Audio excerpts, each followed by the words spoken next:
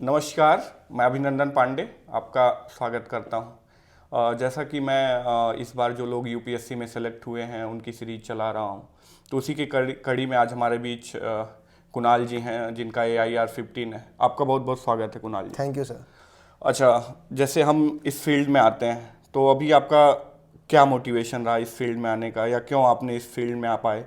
जैसे अभी बात आपसे हो रही थी तो आपने बताया कि बीटेक बीटेक ग्राउंड बैकग्राउंड था, तो क्यों आप इस फील्ड में आए? सर एक ऐसी फील्ड है जिसमें सबका हमेशा से रहता है कि आना चाहिए, क्योंकि एक ऐसी फील्ड है जिसमें आप सोसाइटी में डायरेक्टली इम्पैक्ट कर सकते हैं। हाँ। और क्योंकि इसका selection criteria open to all है, तो इसका मतलब ये है कि कोई भी इसमें अप्लाई कर सकता है, और मेरा भी मन ये देखते ही वो हुआ। सेकेंडली सर, मेरे फादर भी क्योंकि सिविल सर्विसेज में रह चुके हैं, हाँ। तो मैंने ग्राउंड रियलिटी देखी कि कैसे एक सिविल सर्वेंट पॉजिटिव इम्पैक्ट ला सकता है सोसाइटी में। हाँ। तो शायद इन दोनों कारणों की वजह से मुझे हमेशा से लगा था कि मैं भी सिविल सर्विसेज बैकग्राउंड में जाना चाहिए। मतलब फादर का बैकग्राउंड कहीं ना कहीं एक इम्पैक्ट डाल रहा था। हाँ सर, बिल्कुल उनका बैकग्राउंड तो था ही जो इम्पैक्ट डाल रहा था। हाँ। साथ ही मेरी भी व्यक्तिगत कुछ ऐसे ओपिनियंस थे वगैरह जिसमें मैं चाहता था कि मैं सोसाइटी के कुछ काम आ पाऊँ, और मुझे लगा सिविल सर्विसेज वो मुझे वो पाथ देता है। जी। ये जर्नी कब आपने स्टार्ट की? Sir final year of college में मैंने इस जर्नी को शुरू किया, 2021 टू बी एग्जैक्ट। उस समय कोविड का दौर था। सिविल सर्विसेज हमेशा मुझे करना था, लेकिन मैं दो राय में था कि क्या प्राइवेट जॉब में जाना चाहिए, क्योंकि मेरा कॉलेज भी बिट्स प्लानी था, तो मुझे ठीक ठाक अपॉर्चुनिटी मिल जाती वहाँ पे। लेकिन कोविड आया सर उसके बाद, और फिर मैंने देखा कि कैसे प्राइवेट सेक्टर में लोगों का हालत हो रही है। तो एक वो तो फैक्टर था ही हमेशा से कि भाई सिविल सर्विसेज एक स्टेबिलिटी देता है, प्लस जो ड्रीम बचपन से था उसको भी पनपने का टाइम मिला, उस समय सोचने का मेरे को ज़्यादा वक्त मिला अपने बारे में क्या करना है ज़िंदगी के साथ। तो उन दोनों कारणों की वजह से फिर मैं सिविल सर्विसेज की तैयारी शुरू करने लगा। नहीं, जैसे आपने भी कहा कि प्राइवेट वाले थोड़ा सा आपने उनकी हालत देखी, तो क्या मतलब हालत देखी अगर हम कहे कि? सर जॉब स्टेबिलिटी एक हाँ। फैक्टर है, और जॉब रिकग्निशन का भी एक फैक्टर है। आप कोई भी काम कर रहे हो तो प्रॉफिट सब अपने लिए जनरेट कर रहे हो या किसी मल्टीनेशनल कंपनी के हेड के लिए कर रहे हो। जी। सोसाइटी के जो नीचे वर्ग वाले लोग हैं आप उनके लिए कुछ नहीं कर पाते हो, या डायरेक्ट इम्पैक्ट उनकी लाइफ में आप नहीं पहुंचा पाते। तो मुझे अपने लिए वैसी ज़िंदगी नहीं चाहिए थी। मुझे ऐसी ज़िंदगी या ऐसा कोई जॉब करना था जहाँ पे मैं अपने साथ साथ दूसरे लोगों का भी भला कर पाऊँ, और तब मुझे लगा कि सिविल सर्विसेज मेरे लिए ज़्यादा सूटेबल करियर ऑप्शन रहेगा। जी। अच्छा, इस जर्नी जो है आपने 2020 से 21 से स्टार्ट की, तो 21 से ये जर्नी स्टार्ट की, तो कितने आवर की स्टडी आप करते थे या कैसे करते थे तैयारी? सर आर बेस्ड स्टडी तो मेरा कभी मोटिवेशन रहा नहीं ना, कभी मैंने टाइमर लगा के देखा हो कि कितने घंटे मैं पढ़ रहा हूँ। हाँ। मेरा हमेशा से यही मानना रहा है कि सिलेबस में वो ख़त्म करना है, क्योंकि वही एक पैरामीटर है जो यूपीएससी ने हमें प्रोवाइड किया है। अब चाहे उसके लिए 2 घंटे में ख़त्म हो जाए, चाहे 20 घंटे लगे, अब वो इमटेरियल था। ये अच्छा, जो ये जर्नी आपने स्टार्ट की, तो क्या किसी कोचिंग वगैरह की मदद ली गाइडेंस के लिए, या क्या किस चीज़ से तैयारी की? सर मैंने अपना जर्नी त्रिपुरा अगरतला में शुरू किया था, क्योंकि मेरे फादर वहीं पोस्टेड थे, और कोविड की वजह से लॉकडाउन था, तो ऑफलाइन कोचिंग का तो कोई सवाल ही नहीं उठता। प्लस ऑनलाइन कोचिंग्स अभी भी उतने अच्छे हो नहीं पाए थे, क्योंकि बस शुरू ही हुआ था। तो मुझे जनरल स्टडीज़ का तो मैंने कोई कोचिंग नहीं लिया, क्योंकि मुझे खुद भी लगता था कि एक तो गाइडेंस इतनी अवेलेबल नहीं थी मार्केट में, प्लस मुझे थोड़ी अंडरस्टैंडिंग पहले से थी उसके बारे में, क्योंकि मैं पेपर पहले से पढ़ता आया हूँ। और जहाँ तक ऑप्शनल की बात है, मेरा सिविल इंजीनियरिंग बैकग्राउंड था, और फाइनल जो मैंने ऑप्शनल सिलेक्ट किया वो पॉलिटिकल साइंस था। तो मुझे लगा एक प्रोफेशनल हेल्प की बहुत ज़रूरत है किसी नए सब्जेक्ट की तैयारी करने में, तो उसके लिए मैंने एक फाउंडेशनल कोर्स लिया था। जी। अच्छा, मतलब आप सिविल का बैकग्राउंड रखते हुए और फिर आप पॉलिटिकल साइंस को ऑप्शनल चूज करते हैं, ऐसा क्यों? सर वही 2-3 चीज़ें थी। पहला मुख्य कारण तो ये था कि इंटरेस्ट मेरा हमेशा से था पॉलिटिकल साइंस में। हमारे कॉलेज में कुछ ह्यूमैनिटी इलेक्टिव्स होते हैं, जिसमें मैं 5 कोई भी ह्यूमैनिटी इलेक्टिव हम चूज़ कर सकते हैं। उन 5 में मैंने 3-4 पॉलिटिकल बैकग्राउंड से चूज़ किए थे, और मेरी उसमें रुचि अच्छी मुझे लगी। दूसरा था सर, मैं क्योंकि 21 में पहला अटेम्प्ट दे रहा था, तो मेरे पास टाइम बहुत कम था, तो फिर मैं कोई ऐसा ऑप्शनल ढूंढने लगा जिसका ओवरलैप बहुत ज़्यादा जनरल स्टडीज़ के साथ। और उसमें पॉलिटिकल साइंस का मुझे लगा कि बहुत ज़्यादा ओवरलैप है, पर्टिकुलरली पेपर 2 में, GS2, GS4 में भी है, ऐसे में भी थोड़ा काम आता है। और तीसरा सर, बहुत ही रेडिली उसकी गाइडेंस अवेलेबल थी मार्केट में, तो मैं त्रिपुरा में रहते हुए भी उस कोचिंग उस पर्टिकुलर ऑप्शन को कर सकता था। जी।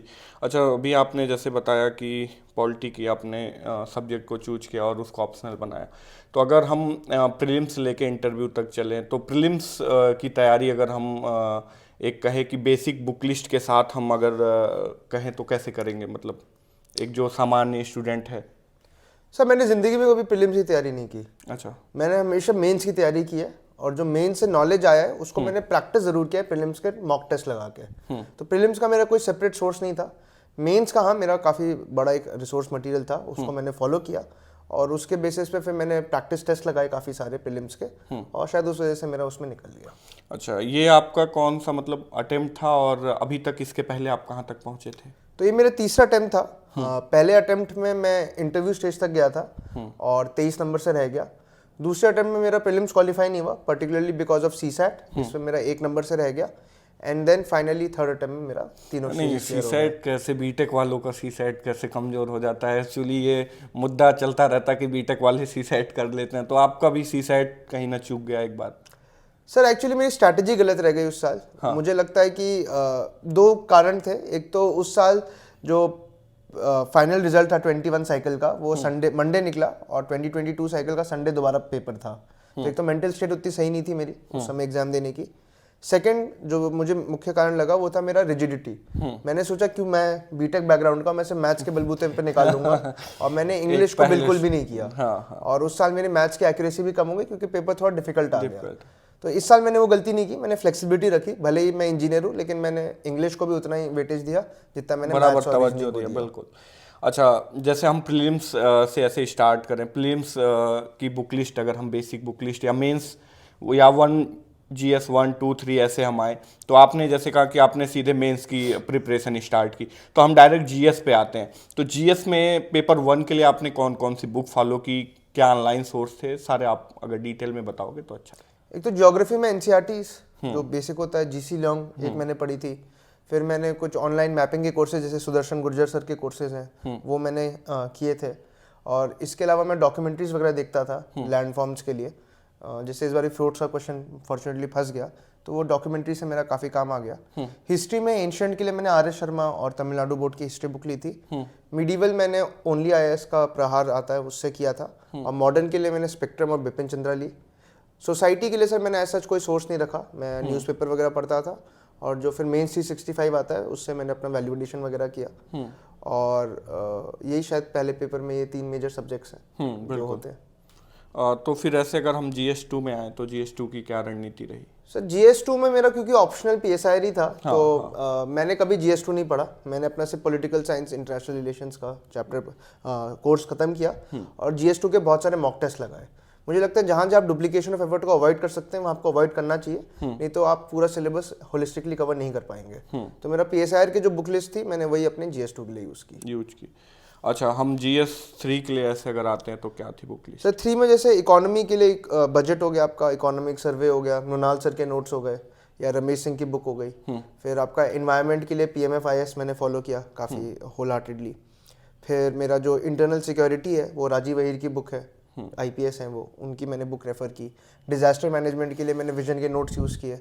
साइंस एंड टेक्नोलॉजी के लिए फॉरम का मैंने करंट अफेयर्स का कोर्स ले रखा था, तो उससे मैंने कवर किया। और GS4 अगर जो इथिक्स वाला सेक्शन है? सर एथिक्स में सिर्फ सेक्शन ए पढ़ना होता है, सेक्शन बी तो अगेन प्रैक्टिस रहता है। तो सेक्शन बी के लिए topper copies, I think that is more than sufficient. Section A के लिए मैंने अतुल गर्ग सर के नोट्स यूज़ किए थे, श्रुति शर्मा मैम के नोट्स यूज़ किए थे, और ऋषिकेश रेड्डी सर के नोट्स यूज़ किए थे। ये 3 चीज़ें मैंने। तो मतलब कोचिंग का कुछ काफ़ी आपने, वैसे तो डायरेक्ट आपने GS के लिए नहीं लिया, लेकिन उनके नोट्स वगैरह काम कर रहे हैं? उनके नोट्स तो ऑब्वियसली पढ़ने ही पड़ते हैं क्योंकि वो बेसिक चीज़ें आपको बताते ही हैं।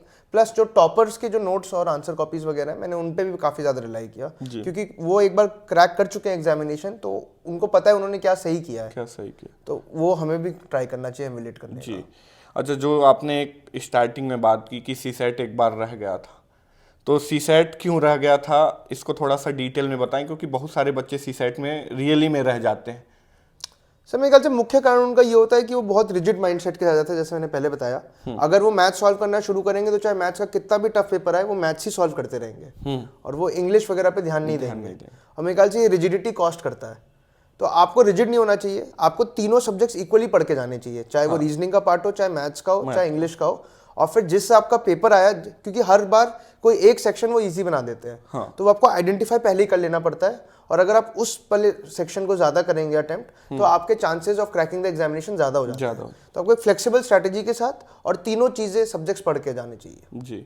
अच्छा, ये फर्स्ट इंटरव्यू में पहली बार आप पहुंचे थे कि अभी बताया नहीं तीसरी? सर, अब 2 इंटरव्यू दे चुका हूँ। 2 इंटरव्यू। तो क्या बेसिक क्वेश्चंस रहते हैं इंटरव्यू में? सर इंटरव्यू बहुत रैंडम है, रैंडम। ऐसा प्रिडिक्ट करना या बताना नामुमकिन है किसी भी के लिए। हाँ। पहला इंटरव्यू मेरा एकदम ही अलग था, दूसरा इंटरव्यू एकदम ही अलग था, जबकि डैफ एकदम ही सेम था करीब करीब। हाँ। तो ये कहना कि किस तरह के क्वेश्चन है वो बड़ा एक इनजस्टिस होगा। हाँ। एक ज़रूर बात ये कहूँगा कि उनके क्वेश्चन हमेशा कुछ इस तरह डायरेक्टेड होते हैं कि वो पर्सनालिटी को आपको जान सके। कुछ बोर्ड उसको फैक्चुअली मोल्ड करने की कोशिश करते हैं, जबकि कुछ बोर्ड ज़्यादा एनालिटिकल रखते हैं। पहला इंटरव्यू मेरा ज़्यादा फैक्चुअल चला, तो मेरे 160 आए। ये वाला इंटरव्यू में फैक्चुअल और एनालिटिकल मिक्स था, लेकिन tending on the heavier side of analytical, और मेरे 193 आए। 193 आए जी। तो नहीं, अगर हम क्वेश्चंस की बात करें, जैसे आपने कहा रैंडम क्वेश्चंस किए गए, तो क्या क्वेश्चंस थे? 1-2 क्वेश्चन अगर आपको रिकॉल हो तो आप बताएं। सो जैसे फर्स्ट टाइम सर एवोकाडो करके एक फ्रूट होता है। हाँ, एवोकाडो। तो मुझे लगता है कि एग्जामिन जो ये बोर्ड मेंबर्स थे वो खा के आए थे, तो उन्होंने काफ़ी सारा मेरा एवोकाडो के ऊपर क्वेश्चन पूछे मेरे से। मैंने उनको बोला कि मुझे नहीं आता है, तब भी वो बोलते रहे ट्राई करो ट्राई करो। लेकिन मार्क्स तो आपके अच्छे हैं। नहीं 160 है सर। अच्छा 160 है, 193 पहले वाले में? नहीं दूसरे वाले में। अच्छा दूसरे वाले में था। तो पहले वाले में ऐसा चला, तो ये रैंडम क्वेश्चंस थे, कुछ नहीं कर सकते। इस बार मेरे 193 आए। इस बार उन्होंने काफ़ी सिचुएशनल बेस्ड क्वेश्चन पूछे कि अगर आप जॉइंट सेक्रेटरी और आपके डिपार्टमेंट में करप्शन हो रहा है आपके सीनियर की तरफ से, तो आप क्या करोगे? या फिर अवधी कुजीन मैंने लिख रखा था अपने डैफ में, तो बंगाली बिरयानी और अवधी बिरयानी में क्या डिफरेंसेस हैं? ऐसे करके उन्होंने वही तो फनी क्वेश्चन हो गया कि मतलब बिरयानी पूछ रहे हैं वो सर कुछ भी पूछ सकते हैं, आपको रेडी रहना चाहिए, हर चीज़ अपना आंसर। बिरयानी से रिलेटेड क्वेश्चन कर रहे हैं। अच्छा ये बताओ आप कुणाल जी, जैसे जो हम मॉक इंटरव्यू कोचिंग्स में देते हैं और जो हम रियल इंटरव्यू फेस करते हैं, तो उसमें कितना डिफरेंस है या क्या डिफरेंस है? मेरे ख्याल से ज़मीन आसमान का डिफरेंस है सर। अगर मैं अपनी खुद की बात बताऊं, तो लास्ट टाइम जब मेरे 160 आए थे, तो सारे कोचिंग वाले मेरे को 200 प्लस बोल रहे थे। और इस टाइम जब मेरे 193 आए, तो सारे कोचिंग 160 to 170 बोल रहे थे। तो एक बहुत ही स्टार्क डिफरेंस है दोनों में। एक स्केप्टिकल रहिए जो भी इंटरव्यू के रिस्पॉन्सेज हैं, स्पेसिफिकली मार्क्स। आपको कोई चीज़ अच्छी लग रही है तो आप उसको देखने की कोशिश करिए, लेकिन आप बस एज अ कॉन्फिडेंस बूस्टर ये इंटरव्यूज दे सकते हैं। बिल्कुल। अच्छा जैसे इसमें एक पेपर अभी आ गया एसए का, तो एसए के लिए आपका जैसे बैकग्राउंड तो बीटेक का था, तो एसए की तैयारी आपने कैसे की? या अभी जैसे फिलोसफिकल एसए थोड़ा आ रहे हैं, तो कैसे तैयारी की आपने? सर ऐसे जो हैं, जैसे मेरा जब मैंने फर्स्ट टाइम ऐसे दिया था तो मेरी इंटरप्रिटेशन में गलती हो गई थी, सो आई स्कोर्ड 101। और इस टाइम बहुत प्रैक्टिस के बाद मैं 129 स्कोर किया, जो इस टाइप के हिसाब से गुड मार्क्स हैं। तो मुझे लगता है जो एक चीज़ मैंने सबसे ज़्यादा सही की इसमें वो है इंटरप्रिटेशन। तो आप इंटरप्रिटेशन अगर सही करेंगे तो आपके ऑटोमेटिकली मार्क्स ठीक ठाक आ जाने की रेंज में हो जाते हैं। सेकंड सर मुझे लगता है कि यूनिक कंटेंट बहुत ज़रूरी है। आपको वही घिसे पिटे केस स्टडीज, घिसे पिटे एनेक्डोट्स नहीं देने, आपको कुछ यूनिक चीज़ें बतानी है, तभी वो हुक करेगा एग्जामिनर को। अगर 100 कॉपी चेक किया और 100 के 100 लोगों ने बुद्धा जी या इन सबसे शुरू किया, तो हो सकता है पहली कॉपी में नंबर अच्छे आ जाए, लेकिन 100वीं कॉपी पे नहीं आएंगे जी। तो आपको थोड़ा यूनिक चीज़ अपना रखनी चाहिए जी। तीसरा सर मुझे लगता है फ्लो बड़ा इंपॉर्टेंट है, स्पेसिफिकली फॉर फिलोसफिकल एसेज। आप उसमें पेस्टल प्रिंसिपल यूज़ नहीं कर सकते, वो काउंटर प्रोडक्टिव हो जाएगा। तो उसकी जगह मैंने क्वेश्चन आंसर फॉर्मेट यूज़ किया जब भी फिलोसफिकल एसेज आता था, और अगर जनरल स्टडीज़ बेस्ड कोई भी पेपर आता था तो मैं उसमें पेस्टल प्रिंसिपल यूज़ करता था। तो कुछ फ्रेमवर्क्स, कैसे फ्लो बेटर करना है, यूनिक कंटेंट, ये सब चीज़ों से आप अपने एसे के मार्क्स इंप्रूव कर सकते हैं। अच्छा एक अगर मैं लाइन कहूँ तो शायद बुरा नहीं होगा, ऐसा भी बोलते हैं बहुत सारे एस्पिरेंट की बीटेक वालों का दबदबा है, तो इस पे आप क्या कहना चाहोगे? जैसे सीएससी में पहले के लोग ऐसा कहते थे कि जो आर्ट वाले होते हैं इन्हीं का रहता था, लेकिन अभी मेडिकल और बीटेक वालों का दबदबा है, तो इसको आप कैसे देखते हो? सच्चाई है सर, ये बीटेक का दबदबा तो है। अगर आप स्टैटिस्टिक्स देखेंगे तो 60% से ज़्यादा इंजीनियर्स हैं जो अब क्वालिफाई कर रहे हैं। तो लेकिन ये तो मेरे को थोड़ा लगता है कि ये इनजस्टिस भी है, क्योंकि अगर मतलब इन द सेंस कि वो उधर एक सिक्योर जॉब में जाके फिर वो छोड़ के इधर आते हैं और इधर ये बेरोजगार होकर तैयारी करते हैं। नहीं सर, आप इसको ऐसे नहीं देख सकते। ये एग्जामिनेशन जॉब देने का नहीं है, ये एग्जामिनेशन सर्विस देने का है। सर्विस वो तो है, वो तो उसमें भी आप सर्विस ही एक तरह से कर रहे हैं, लेकिन दोनों का स्केल इम्पैक्ट बहुत डिफरेंट है। हाँ, मेरिट मेरे ख्याल से एग्जामिनेशन का ओनली सिलेक्शन क्राइटेरिया है नहीं। जैसे एक ये ऑलरेडी एसएससी सीजीएल में सेलेक्टेड हैं, तो इन्होंने लिखा है यूपीपीसीएस मुख्य परीक्षा की तैयारी या यूपीएससी की तैयारी सेल्फ स्टडी करने के लिए सभी विषय की कौन कौन सी किताबों को पढ़ा जा सकता है। ये तो ऑलमोस्ट हमने ले लिया है। हाँ सर। और इन्होंने लिखा है कि सभी विषयों के लिए 2 किताबों से ज़्यादा ना पढ़नी पड़े, वैल्यू एडिशन और करंट अफेयर्स की किताबों को छोड़कर। सही बोल रहे हैं सर। तो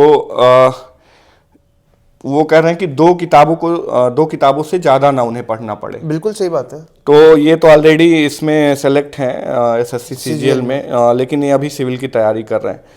तो अगर कुछ बेसिक बुक लिस्ट डायरेक्ट अगर हम आ जाएं कि मतलब है सर, वो मैंने ऑलरेडी डिस्कस कर चुका हूँ काफ़ी प्लेटफॉर्म से, तो वहाँ पे जाके बिल्कुल देख सकते हैं। उसके लिए बोर्ड वगैरह भी चाहिए जो नहीं है। हाँ, तो आप उसमें देख सकते हैं। और उसमें कुणाल जी के आप इंटरव्यू और भी होंगे, तो वहाँ पे आप देख सकते हैं। अच्छा, कुछ ऐसी बात है जो आपको लगता है कि एस्पिरेंट को ये बतानी चाहिए या जाननी चाहिए, या आप कह सकते हो सक्सेस ऑफ सीक्रेट, तो क्या आप कहेंगे उनके लिए? सर मेरे ख्याल से कोई सीक्रेट नहीं है सक्सेस का। हार्डवर्क वगैरह तो मुझे लगता है सेड है। हाँ। कि यूपीएससी में अगर आपको करना है तो हार्डवर्क तो करना ही पड़ेगा। हाँ। उसके अलावा भी मुझे लगता है 1-2 चीज़ें हैं। हाँ। सबसे पहले तो वो इमोशनल इंटेलिजेंस आपको डेवलप करना पड़ेगा। हाँ। कि over a long period of time आप पढ़ रहे हैं, और वो भी उस एज पे जहाँ पे लोग और बहुत चीज़ें करने की कोशिश कर रहे होते हैं। तो आपको उस पर्टिकुलर एज पे सोशल आइसोलेशन प्रैक्टिस करना है, और उसके लिए आपको मेंटली बहुत टफ होना पड़ेगा। तो I think mental toughness is one of the key aspects for cracking this examination जी। और सेकंड है सर ये कि आपको एक्सेप्ट करना पड़ेगा फेलियर्स, बिकॉज ये एक ऐसा एग्जामिनेशन है जो आपको बार बार फेल करता ही रहेगा। अगर आप फर्स्ट अटेम्प्ट में भी क्लियर कर रहे हैं तो भी आपको 2 साल लग रहे हैं, और उसमें ऐसे बहुत सारे टेस्ट आएंगे जहाँ आपके नंबर कम आए हों, या ज़्यादा आप स्कोर नहीं कर पाए हों, या कोई आपसे आगे निकल गया हो।